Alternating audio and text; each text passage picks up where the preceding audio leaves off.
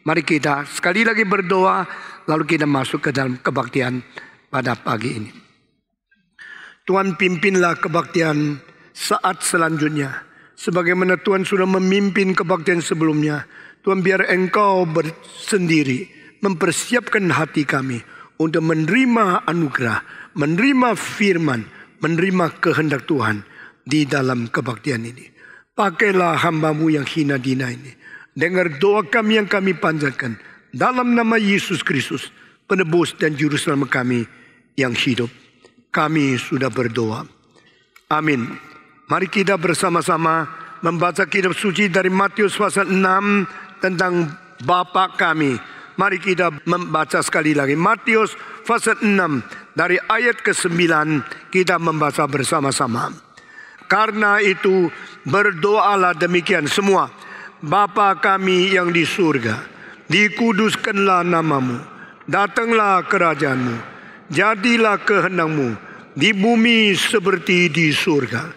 Berikanlah kami pada hari ini makanan kami yang secukupnya, dan ampunilah kami akan kesalahan kami, seperti kami juga mengampuni orang yang bersalah kepada kami. Dan janganlah membawa kami ke dalam pencobaan, tetapi lepaskanlah kami daripada yang jahat.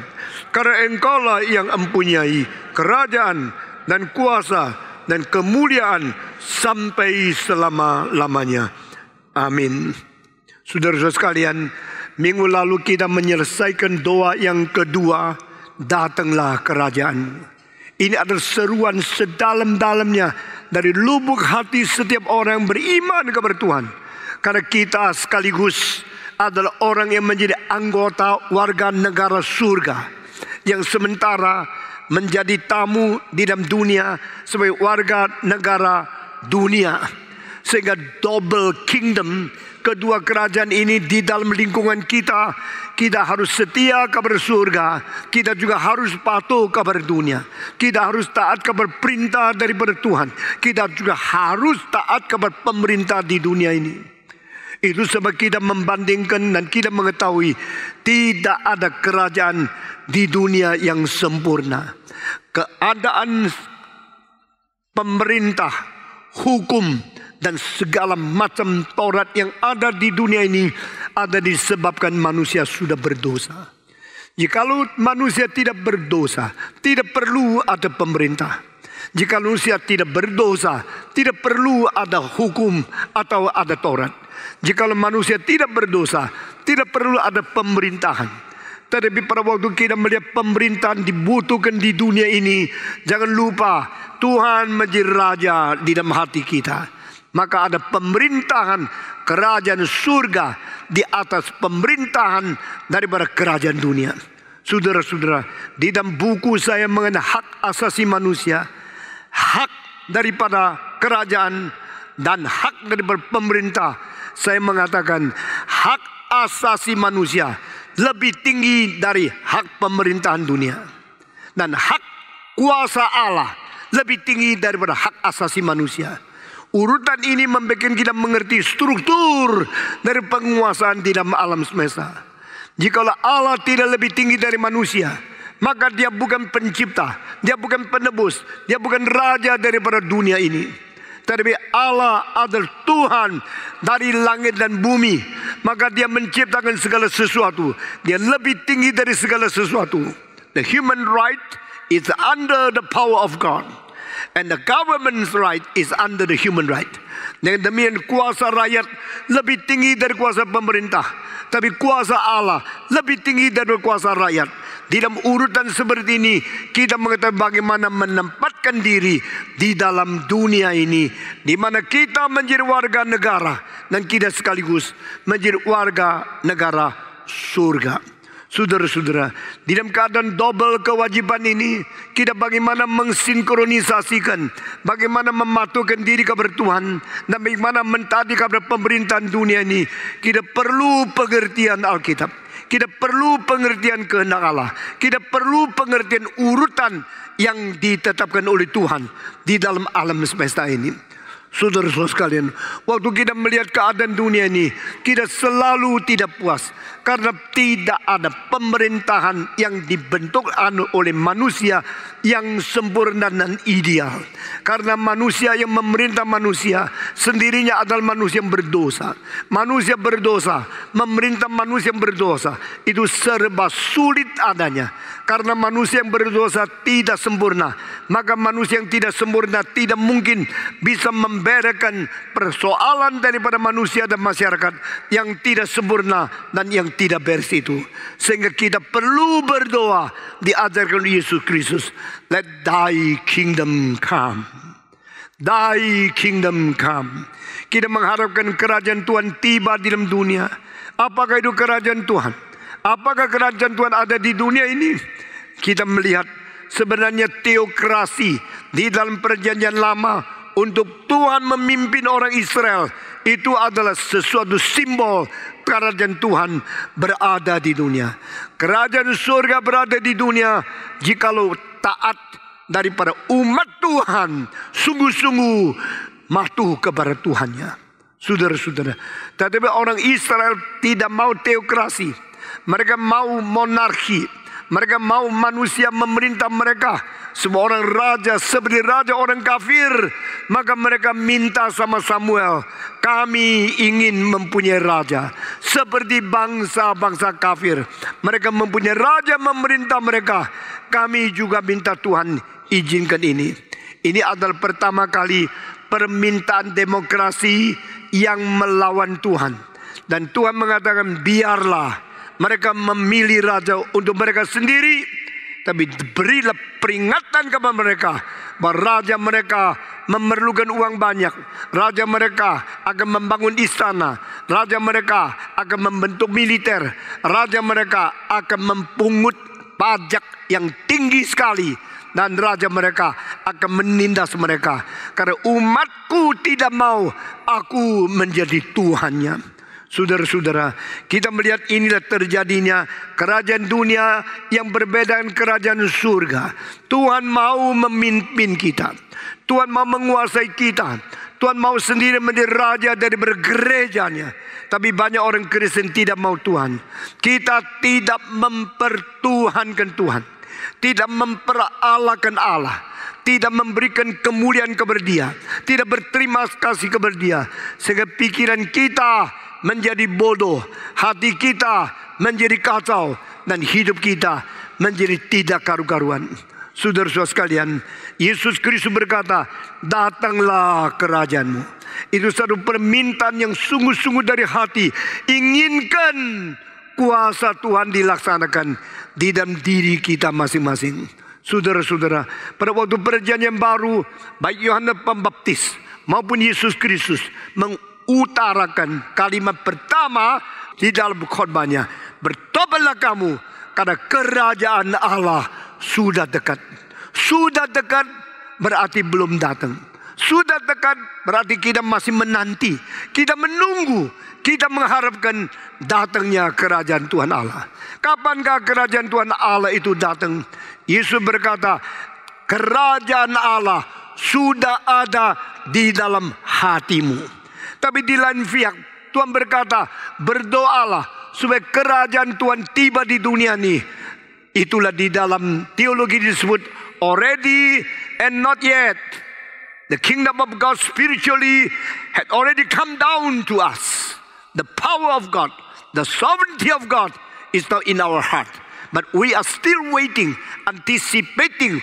We're hoping the second coming of Christ to realize the true kingdom of God on this earth. Yang sudah tetapi belum. Already and not yet. Saudara-saudara, di dalam keadaan sudah dan sebelum kita menjadi orang Kristen, hidup di dunia dan kita hatinya di surga. Semua ikut 1, 2, 3. Kita hidup di dunia, hatinya di surga. Semua 1, 2, 3. Hidup dunia, hatinya di surga. Inilah orang Kristen. Paulus berkata, tahu tidak, kita pernah mati di dalam dosa dan kita dibangkitkan pula daripada segala pelanggaran. Efesus pasal 2 ayat pertama. Kami juga pernah melanggar dan dibangkitkan pula. Efesus pasal 2 ayat 5. Dan Paulus berkata, sekarang kami sedang duduk bersama dengan Kristus di dalam surga.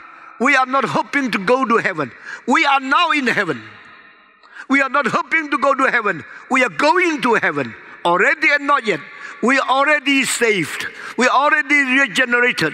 We are already possessed and belongs to God. And now we are hoping the true kingdom of God realized on this earth. Ini sekarang kita di mana? Kita posisinya. Positional speaking, we are now in heaven. We are sitting together with Jesus Christ in heaven. Kita beserta dengan Kristus di surga. Efesus pasal 2 ayat 6. Tetapi kita mengetahui dunia ini masih mempunyai sesuatu kewajiban berat bagi kita menjadi orang Kristen untuk bersaksi bagi Kristus di dunia ini. Kita masih hidup di dunia ini untuk mewakili Kristus, hidup memasyurkan, memuliakan nama Tuhan. Itu sebab kita harus bertahan. Kita harus sabar dan kita harus konsisten dan tekun mengikut Tuhan, mencari kehendak Tuhan. Let thy kingdom come. Setelah doa ini selesai, Yesus menyambung satu kalimat dan berkata, thy will be done on this earth as it is in heaven. Saudara-saudara, ini doa yang ketiga. Setelah kita berdoa, dikuduskanlah namamu. Kedua, datanglah kerajaanmu. Ketiga, jadilah kehendakmu.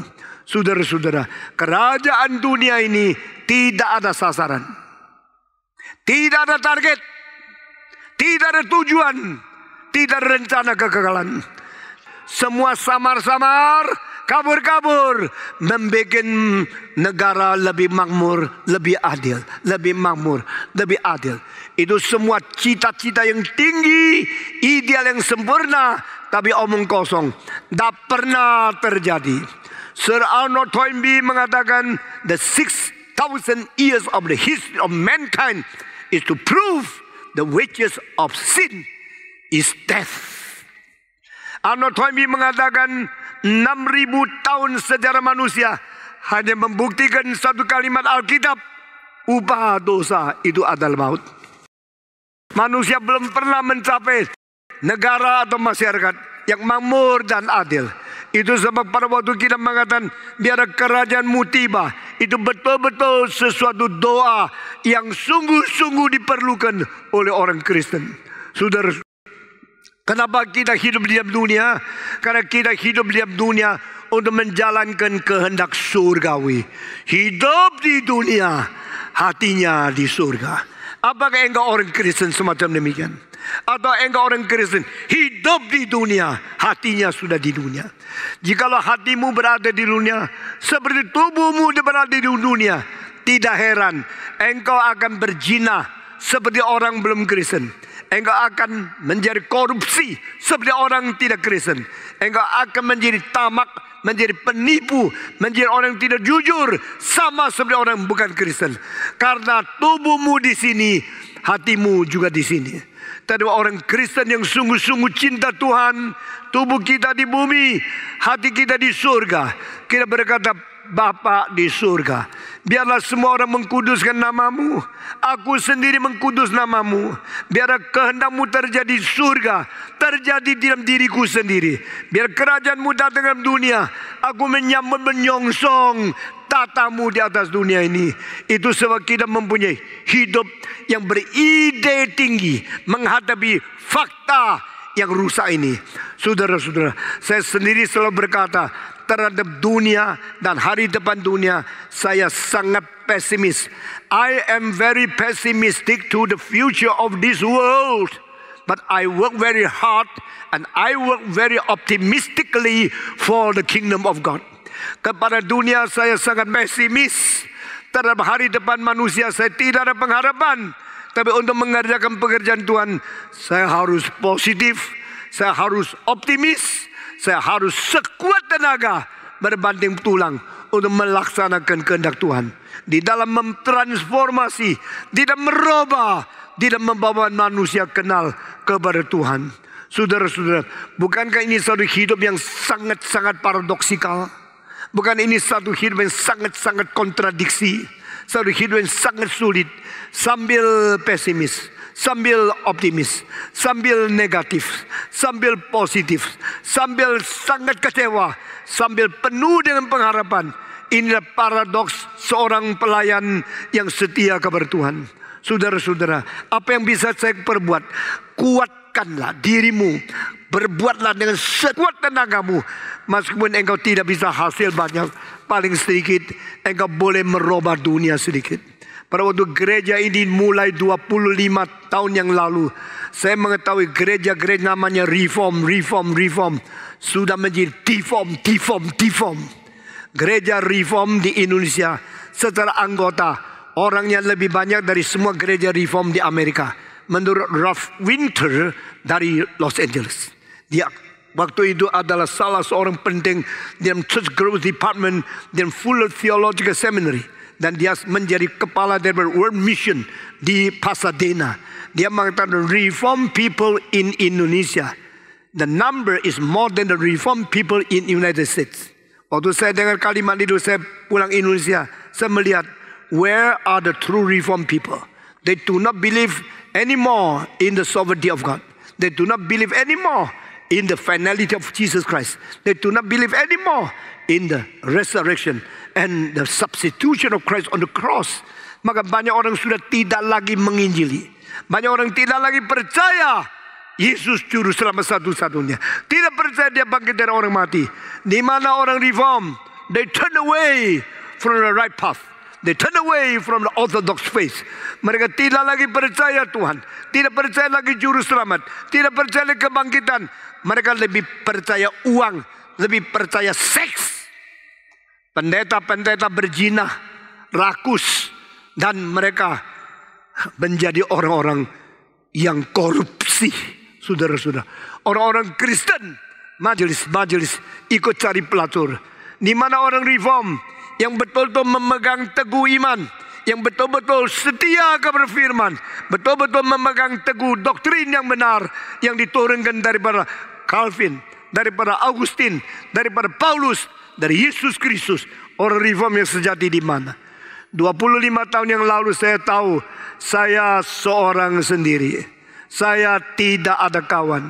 Saya tidak ada rekan yang betul-betul mengerti dan setuju dengan reform. Lalu saya memulai sulit sekali. Waktu itu saya sudah menjadi pengkhotbah di Indonesia.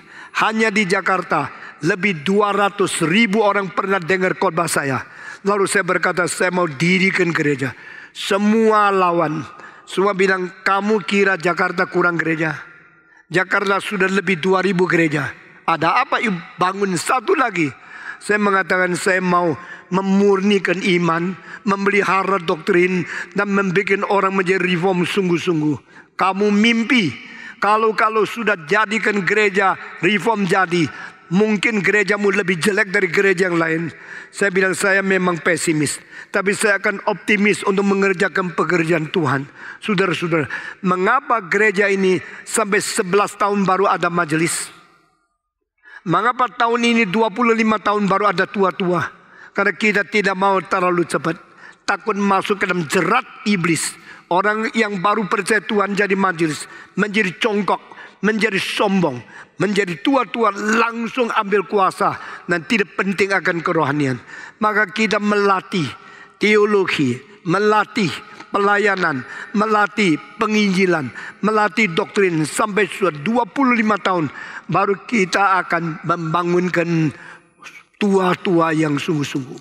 Saudara-saudara, di dalam 25 tahun ini Tuhan telah memberi berkat.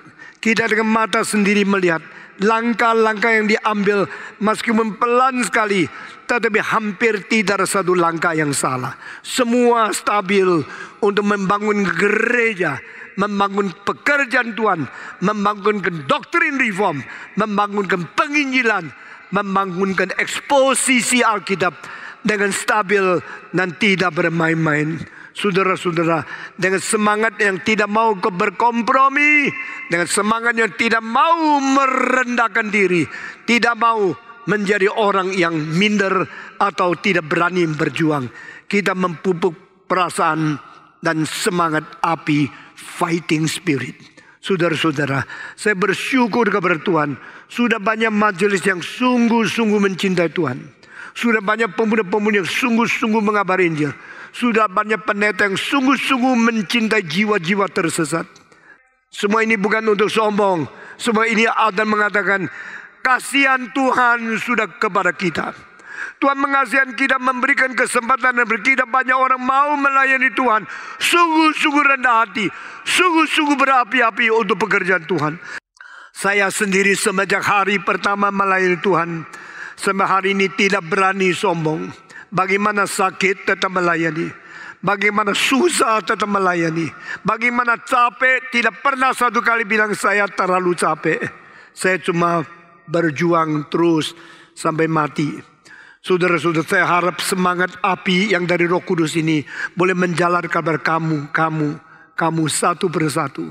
Dan kita sekarang mau kembali kepada ayat ini, di mana mengatakan, kehendakmu jadilah di dunia seperti di surga. Apa artinya kehendakmu? Berarti dunia ini ada rencana yang kita perlu tahu. This world is not created without purpose. Our life are not created without goal. The whole universe is created because God has goal on it. Seluruh alam semesta ada tujuan tidak? Ada. Allah menciptakan segala sesuatu, ada maksud tidak? Ada. Allah menciptakan manusia, ada makna hidup tidak? Ada. Hanya orang komunis, orang ateis, orang bodoh, orang IQ low yang mengatakan hidup tidak ada tujuan. Saudara-saudara, mengapa engkau sebagai orang kafir? Mengapa engkau mengikuti pikiran-pikiran manusia yang tidak mempunyai kemanusiaan seperti binatang yang tidak tahu hidup kemana? Saudara-saudara, sapi bekerja terus, lari babi saben hari. Tapi tanya dia, hidupmu untuk apa? Tidak tahu. Hidup untuk apa? Tidak tahu. Ada tujuan? Tidak ada. Lalu mereka akhirnya dipotong. Sapi waktu dibunuh, hari itu dia nangis. Babi waktu dibunuh, hari itu dia lari-lari. Orang Tionghoa mengatakan, sapi tahu mati, tak tahu lari. Babi tahu lari, tak tahu mati. Mau ikut saya satu kali? Semua sapi tahu mau mati. Hari terakhir dibawa ke tempat untuk dibeleh. Saat itu dia nangis terus. Sapi menangis. Sapi tahu nangis, tak tahu lari. Babi lari terus, tak tahu mati. Kedua-duanya tidak tahu arti hidup itu apa. Tapi bila engkau adalah manusia, engkau tetap merasa hidup tidak ada arti, hidup tidak ada tujuan, hidup tidak ada makna. Beda apa engkau dengan sapi? Beda apa engkau dengan babi? Saudara-saudara, saya marahin kamu satu hal. Kamu bukan tidak ada arah, ada arah. Arahmu cuma uang. Khusus orang Tionghoa, Chinese, they always think the purpose of life is for money. Ini kecilakan bangsa Tionghoa. Taunya uang. Dan tidak tahu yang lain. Itu sebab banyak orang Tionghoa waktu mati kaya luar biasa. Tetapi anaknya saling membunuh dengan uang beli peso. Untuk saling menikam, saling membunuh. Karena apa? Karena uang. Saudara-saudara, kenapa kita begitu bodoh? Saya dari muda mengetahui situasi Indonesia apa, bijaksana orang Kristen apa, rencana Tuhan apa. Saya tidak boleh sembarang ikut manusia. Saya harus minta Tuhan memberikan tunjuk kepada saya. Apa arti hidup? What is the purpose of life? What is the meaning of living?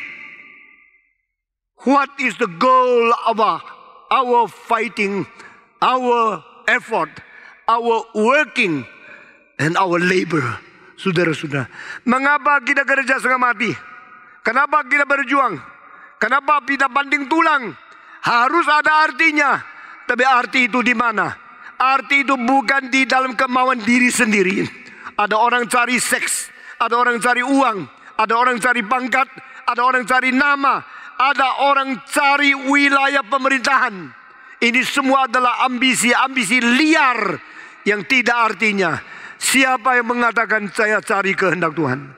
I'm seeking the will of God. Oh, I'm not seeking for money, for power. I'm not seeking for the fame.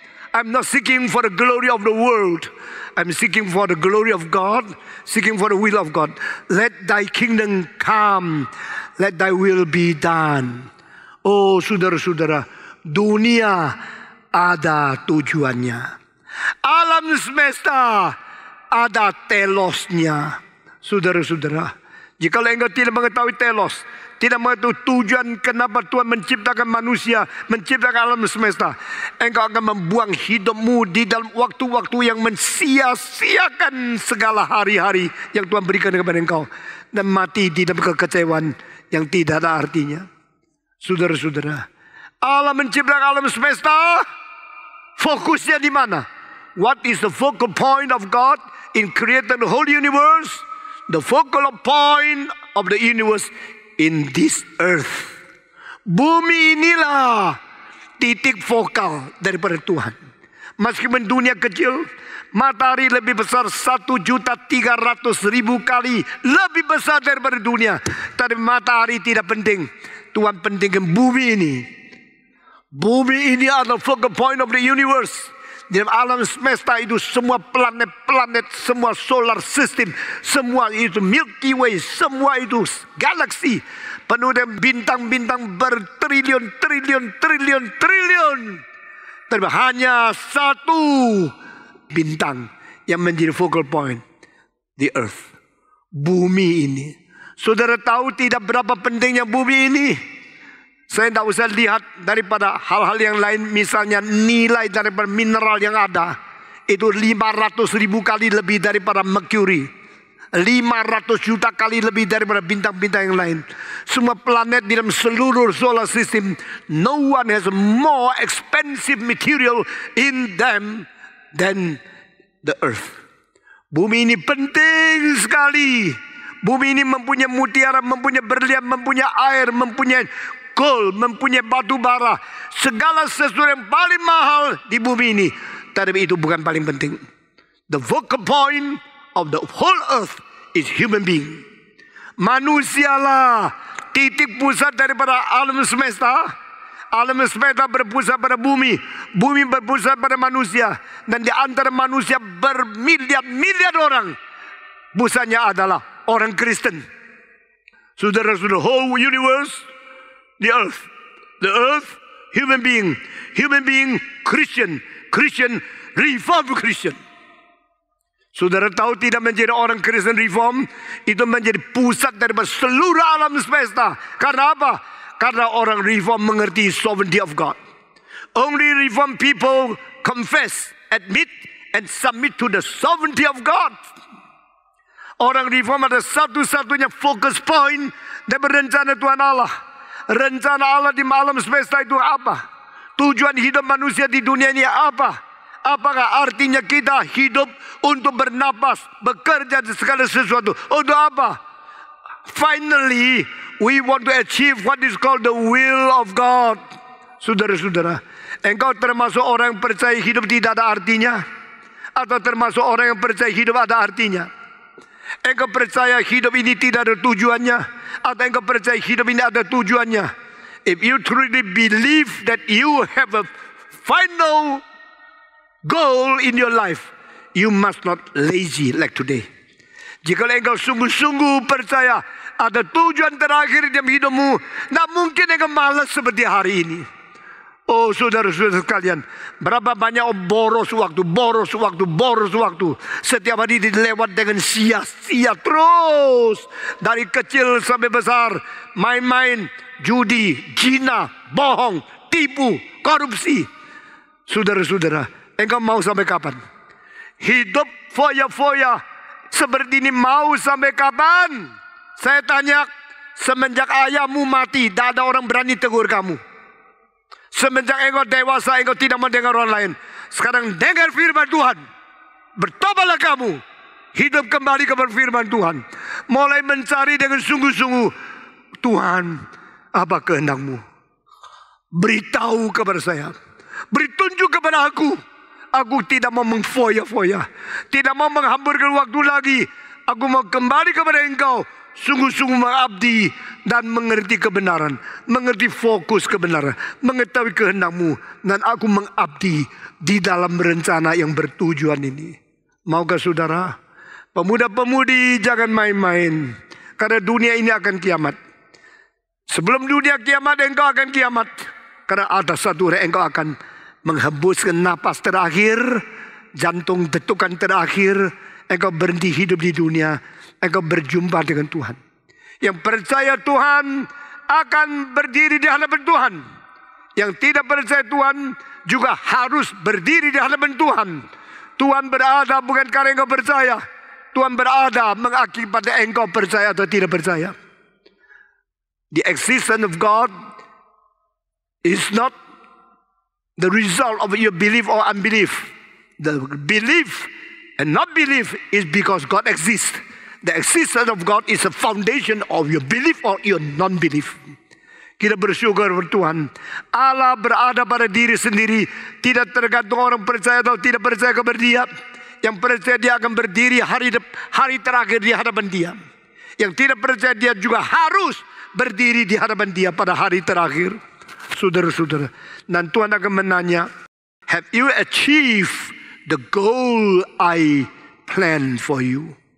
Apakah engkau sudah mencapai kehendak yang kuberikan kepada engkau? Allah berkata kepada kita bahwa dunia ini ada tujuan. Hidup ada arti.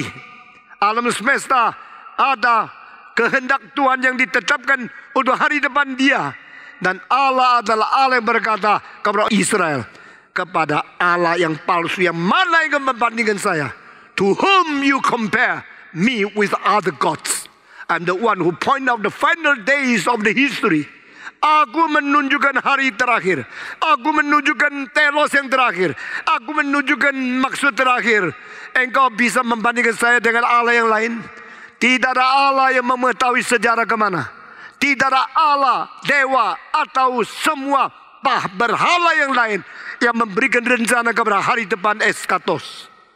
Tapi Tuhan kita adalah Tuhan yang menciptakan dunia dengan tujuan menuju kepada kemudian Dia yang terakhir. Tapi sayangnya engkau tidak mau tahu. Engkau berfoya-foya, bermain-main dengan Tuhan. Orang yang bermain-main dengan Tuhan bukan bermain-main dengan Tuhan, sedang bermain-main dengan diri untuk membuang diri ke dalam api neraka. Bodoh sekali. Biar kita kembali kepada Tuhan. Saudara-saudara sekalian, saya mau berkata kepada saudara, hidup yang berarti dan hidup yang tidak berarti itu bagaimana bedanya. Di dalam zaman Greka ada dua pemahat yang terbaik. Satu ada Phidias, satu ada Praxiteles. Telah menemukan akan golden rule di dalam pembentukan arsitektur dan di dalam pembentukan tubuh manusia, di dalam pembentukan muka manusia. Golden rule itu ada skalanya. Saya tidak usah ajar lebih banyak di sini. Tapi orang yang mengerti akan bikin segala sesuatu indah sekali. Ada bangunan yang jelek sekali karena arsiteknya tidak mengerti golden rule. Ada bangunan yang indah sekali karena arsiteknya mengetahui apa itu golden rule. Saudara, kalau lihat gedung ini mungkin ada orang kira jelek atau orang kira bagus sekali. Karena kita sudah memakai rule-rule yang penting. Di Greka, di tanah Athena ada Parthenon. Semua ukuran itu ditaksirkan dan semua diukur dengan golden rule yang paling indah. Sehingga itu buju sangkar itu bukan persis kota-kota begini. Pasti lebih panjang, kira-kira 1,6 kali 1. Demikian muka manusia. Manusia hidungnya kalau terlalu pendek jelek. Kalau ini lubang terlalu besar juga jelek. Kalau kupingnya terlalu tinggi kayak kucing. Kalau ininya terlalu pendek jelek. Kalau ini terlalu panjang juga jelek. Jadi sampai di mana? Itu ukuran namanya golden rule. Saudara-saudara, orang yang mengerti golden rule waktu dia lukis lebih bagus. Orang yang tidak mengerti pasti jelek. Dan orang-orang seperti Phidias dan Praxiteles sama Phidias, mereka bisa mengukir manusia paling cantik. Nah sekarang saya minta saudara melihat beberapa ukiran yang terindah dalam sejarah. Pertama saya akan memaparkan satu ukiran, yaitu Venus de Milo. Venus de Milo yang mukanya, tubuhnya, seluruhnya terindah di dalam sejarah. Saudara melihat mukanya, cara paras mukanya, ya, begitu tenang, begitu indah, proporsinya begitu bagus.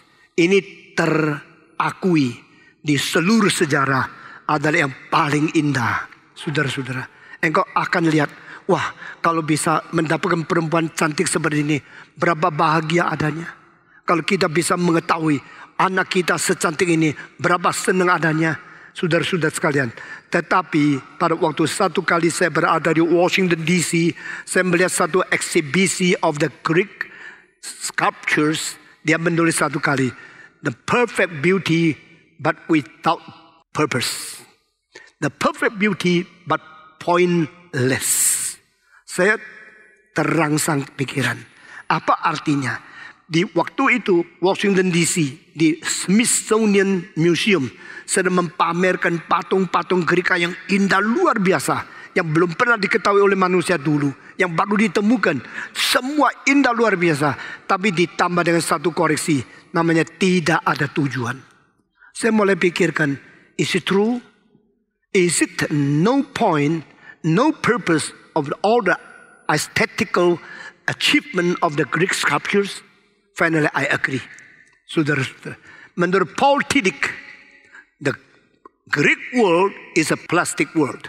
No purpose and no origin and nowhere to go. Sebab itu dia mengatakan the Greek philosophy and Greek worldview is a worldview of closed system. Saudara-saudara, dari mana dunia? Tidak tahu. Dunia pergi ke mana? Tidak tahu. Lalu sekarang apa? Cantik-cantik saja. Perempuan yang rendah adalah perempuan seperti ini. Dari mana tidak tahu. Pergi mana tidak tahu. Pokoknya hari ini bisa pakai pupur, pakai perfume, bisa cantik, bikin senang laki-laki. Dia sudah senang. Is that your life? Apakah hidupmu tidak tahu dari mana? Tidak tahu kemana? Hanya untuk cantik-cantik di dunia ini? Seperti Venus de Milo. Lalu waktu mereka mengukir laki-laki, mereka mengukir Apollo Belvedere yang asli sudah hilang, tetapi ini kopinya. Ini adalah most handsome man and human figure in the history. So handsome, so perfect, but still pointless. Saya memikirkan itu, saya pikir ini begitukah? Manusia begitu cantik, begitu ganteng, tapi tidak artinya. Kalau begini setelah mati bagaimana? You lihat semua yang dipakai itu anak muda kan? Venus Milo muda, Apollo Belvedere muda. Kalau tua pasti tidak diukir. Orang tua jelek sekali kok. Kalau lihat 40 tahun yang lalu, saya sangat menarik loh. Saudara-saudara, sekarang dia lagi seperti fried chicken bukan? Saudara-saudara, dulu saya kayak apel. Oh, kayak bintang film. Manusia kalau sudah tua apa bagusnya? Semua ukiran yang paling bagus itu adalah mengukir pada waktu mereka masih muda. Bagaimana dengan tua? Saudara-saudara, tetapi 2400 tahun sesudah zamannya Flexidias dan Phidias, ternyata orang Renaissance mencampurkan pikiran Greka dengan pikiran Kristen. Kristen sendiri tidak menghasilkan yang terlalu cantik, tidak abad-abad pertama. Karena yang dipentingkan adalah rohani, ibadah, suci, surgawi. Sehingga melihat ke atas, lalu menjadi panjang. Gothic architecture has no aesthetical beauty, just like the time of the Greek art. Tetapi at that time, they combine Greek art and the Christian theology. Maka sekarang saya menunjukkan zaman 2400 tahun kemudian, David yang mau perang kepada Goliat, yang diukir oleh Michelangelo. Engkau lihat mukanya lain tak? Sama tadi lain di mana? Jadi David matanya bercahaya melihat ke depan, dan hatinya berjuang mau mematikan akan Goliat. Dia hidup bukan tidak ada arti. Dia sudah ada makna, sudah ada arti, sudah ada tujuan. Dan sini seni mengalami perubahan yang besar setelah abad ke-16. Saudara-saudara sekalian, kalau engkau mempelajari seni, sejarahnya, mengerti setiap zaman apa bedanya. Saya sudah siapkan semua yang terbaik untuk Anda. Tapi Anda tidak ngerti. Oh, banyak barangnya, rame ya. Patong uangnya dari mana? Ini mau apa ini? Saya kasihan kamu mempunyai hidup yang begitu dangkal. Tidak mau mengerti yang paling dalam. Di dalam mulut mata daripada David, engkau melihat dia sedang menaruh sesuatu pandangan kepada Goliat yang berkata, siapa kau? Orang kafir yang tidak pernah disunat, engkau berani menghujat Allahku. Hari ini saya akan membawa engkau kepada kematian. Biarpun engkau raksasa, engkau akan dimakan oleh anjing. Engkau akan dijilat darah oleh anjing. Dan saya akan potong kepalamu untuk memuliakan Tuhan. Saudara-saudara, niat perjuangan, the fighting spirit like this, that is a Christian fighting spirit. That is a reform fighting spirit. So many reform people only know how to keep the good doctrine, but never fight for Christianity, never fight with the Satan, and never fight to gain people from the hand of Satan into the kingdom of Jesus Christ. Saudara-saudara, only evangelization can keep the church alive. A church who never evangelize is a church who committed suicide. Saudara-saudara, fighting spirit seperti Daud. Fighting spirit sebagai satu goal. I live for Christ. I live for gospel. I live for evangelization. I live for others. Everything I do is for the sake of the gospel. So many people can get the benefit just like me in the gospel. Ini Paulus. Aku kerjakan segala sesuatu bukan untuk diriku, untuk Injil, supaya orang-orang yang lain boleh mendapatkan berkat seperti aku di dalam Injil. Saudara-saudara, jika kita menetapkan kehendak dan menetapkan rencana Tuhan dalam diri kita, maka kita mengerti kalimat ini. Oh God, let thy will be done on this earth as it is in heaven. Mengapakah kehendakmu terjadi di dunia seperti di surga? Because the will of God in heaven has no obstacles. The will of God in heaven no one resists. But the will of God is done on earth, resisted by His created man. Kehendak Allah di dunia terus dilawan oleh manusia. Kehendak Allah di surga tidak pernah dilawan. Maka orang Kristen mengatakan, Tuhan, kehendakmu jadi di dunia ini seperti di surga. Tuhan, kalau di surga kehendakmu tidak dilawan, di dunia saya harap kehendakmu juga tidak dilawan. Mulai dari saya tidak mau melawan kehendakmu. Lalu saya mengharapkan seluruh dunia tidak melawan kehendakmu. Are you willing to do the will of God? Are you willing to submit to the guidance of the Holy Spirit? Are you willing to make the will and the planning and the strategy of God become your goal of the living? Apakah engkau mau bersedia biarkan kehendak Tuhan menjadi rencanamu, menjadi tujuanmu hidup di dalam dunia? Kiranya Tuhan memberkati kita masing-masing. Kiranya Tuhan menjadikan kita orang yang berkata, let thy will be done on this earth, in my life, as it is in heaven. Kita membaca sekali lagi doa Bapa kami. Bapa kami yang ada di surga, dikuduskanlah namamu. Datanglah kerajaanmu. Jadilah kehendakmu di bumi seperti di surga. Berikanlah kami pada hari ini makanan kami yang secukupnya. Dan ampunilah kami akan kesalahan kami, seperti kami juga mengampuni orang yang bersalah kepada kami. Dan janganlah membawa kami ke dalam pencobaan, tetapi lepaskanlah kami daripada yang jahat. Karena engkaulah yang punyai kerajaan dan kuasa dan kemuliaannya sampai selama-lamanya. Amin.